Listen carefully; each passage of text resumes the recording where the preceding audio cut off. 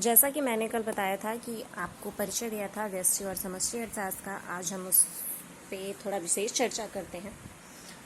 तो हमने कल ये समझा था कि व्यष्टि अर्थशास्त्र क्या होता है और समष्टि अर्थशास्त्र क्या होता है। आज हम पढ़ेंगे कि व्यष्टि और समष्टि अर्थशास्त्र में अंतर क्या है। जैसा कि आप देख रहे हैं, व्यष्टि अर्थशास्त्र यह एक ग्रीक शब्द माइक्रोस से आया है, जिसका अर्थ छोटा होता है, अर्थात यह छोटे स्तर से संबंधित है। वहीं समष्टि अर्थशास्त्र यह ग्रीक शब्द मैक्रोस से आया है, जिसका अर्थ है बड़ा। मतलब समष्टि अर्थशास्त्र किससे संबंधित हो गया? बड़ी चीज़ों से, और व्यष्टि अर्थशास्त्र छोटी चीज़ों से। व्यष्टि में क्या, इसमें हम एक व्यक्ति के मांग और कीमत के विषय में पढ़ते हैं। समष्टि अर्थशास्त्र में हम पूरी अर्थव्यवस्था की संपूर्ण मांग और कीमत स्तर के बारे में अध्ययन करते हैं। व्यष्टि अर्थशास्त्र में हम किसी एक व्यक्ति के मांग, पूर्ति और उसके लिए कीमत की क्या वैल्यू है उसके बारे में पढ़ते हैं।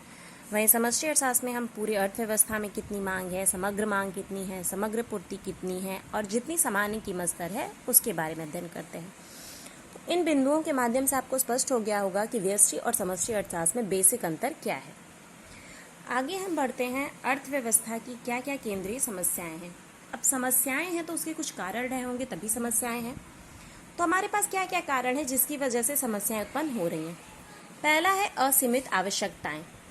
असीमित आवश्यकताएं मतलब मनुष्य की इच्छाएं क्या हैं? अनंत हैं। अब आप अपने आप को ले लीजिए, एज अ स्टूडेंट आप क्या चाहेंगे?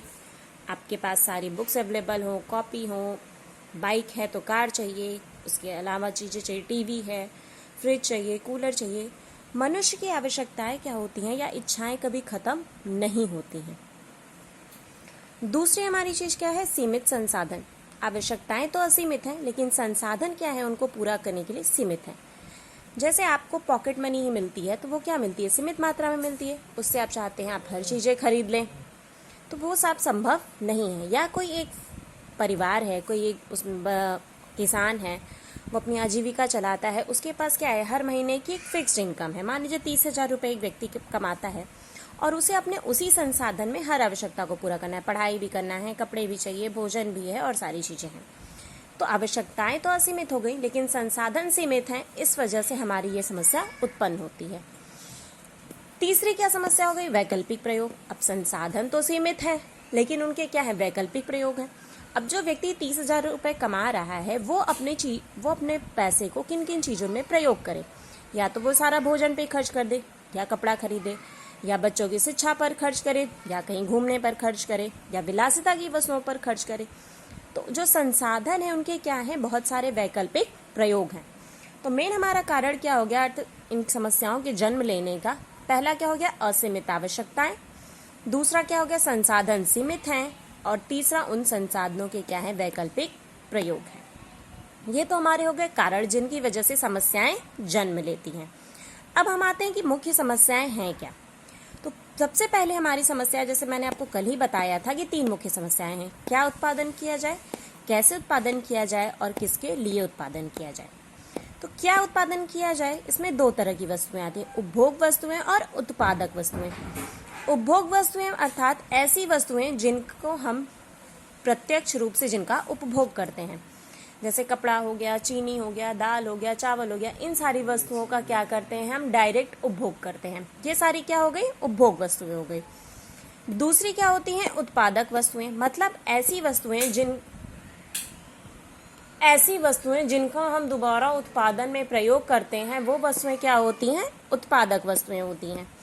जैसे मान लीजिए किसी मशीन का बनाया गया, या जैसे आपने गन्ना उगाया, गन्ना से क्या बनेगा? दोबारा चीनी बनेगा। तो गन्ना क्या हो गई? वो उत्पादक वस्तु हो गई। दूसरी हमारी समस्या क्या है? कैसे उत्पादन किया जाए। कैसे उत्पादन किया जाए में मैंने आपको कल ही बताया था, 2 तरह की तकनीक होती है, श्रम गहन तकनीक और पूंजी गहन तकनीक। मतलब अगर हम श्रम गहन तकनीक लगाते हैं तो ऑब्वियस है श्रमिक को ज़्यादा ज़रूरत होगी, इसका मतलब रोजगार बढ़ेगा। लेकिन जब आदमी काम करेंगे तो उत्पादन क्या होगा? घटेगा, धीरे धीरे बढ़ेगा।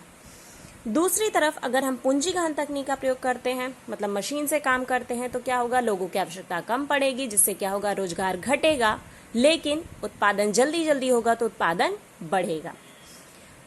तीसरी हमारी क्या समस्या है? तीसरा हमारा समस्या है किसके लिए उत्पादन किया जाए। किसके लिए उत्पादन किया जाए का मतलब जो वस्तुएं बन गई हैं, जैसे मशीन बन गया है, कपड़ा बन गया है, चावल बन गया है। तो ये सारी चीज़ों का वितरण कैसे हो? तो वितरण दो प्रकार का हो सकता है, एक तो व्यक्तिगत वितरण और दूसरा कार्यात्मक वितरण। व्यक्तिगत वितरण मतलब जिसके पास पैसा है वो जाएगा मार्केट से सामान खरीद लेगा, मतलब उसको सामान दे दिया जाए। दूसरा कार्यात्मक वितरण मतलब जिसने कार्य किया है उसको हम वो चीज़ें बांटें। जैसे कोई भी उत्पादन होता है तो उसमें मुख्यतः पांच संगठक कार्य करते हैं: श्रम, मजदूरी, पूंजी, भूमि पूंजी, श्रम, साहस और संगठन। श्रम को क्या मिलती है? मजदूरी मिलती है। भूमि को क्या मिलता है? किराया मिलता है। पूंजी को क्या मिलता है? ब्याज मिलता है। और साहस को क्या मिलता है? लाभ। और संगठनकर्ता को क्या मिलता है? वेतन। मतलब कि जिन लोगों ने जैसे जैसे अपने अकॉर्डिंग काम किया है, हम उसका उस हिसाब से उनको पैसे का या जो भी चीज़ें हैं उसका वितरण कर दें। व्यक्तिगत वितरण मतलब जिसके पास पैसा है या जिसके पास संपत्ति है उसको दे दिया जाए। कार्यात्मक वितरण मतलब जिसने अपने हिस्से का जैसा काम किया है उसको बांट दिया जाए। तो ये जो हमारी तीन समस्याएं अर्थव्यवस्था की कि क्या उत्पादन किया जाए, कैसे उत्पादन किया जाए, किसके लिए उत्पादन किया जाए, ये मुख्यतः किससे संबंधित हो गई कि मतलब हम कैसे इन चीज़ों का तीनों चीज़ों में बंटवारा करें कि हमारी अर्थव्यवस्था जो हो सुचारू ढंग से चलती रहे। ठीक है, आप अपना नोट्स इससे देख के बना लीजिएगा एंड अपनी कॉपी मुझे भेज दीजिएगा। Have a good day. Thank you.